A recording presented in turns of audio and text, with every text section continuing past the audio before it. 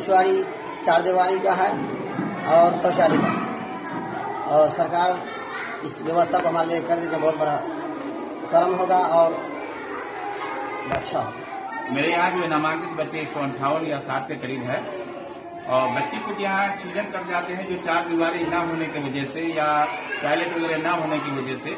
ये मेरे यहाँ कठिनाई है। और बच्चे तो आते हैं, पढ़ते रहते हैं, लेकिन यही परेशानी जो आप जो सामने जो देखे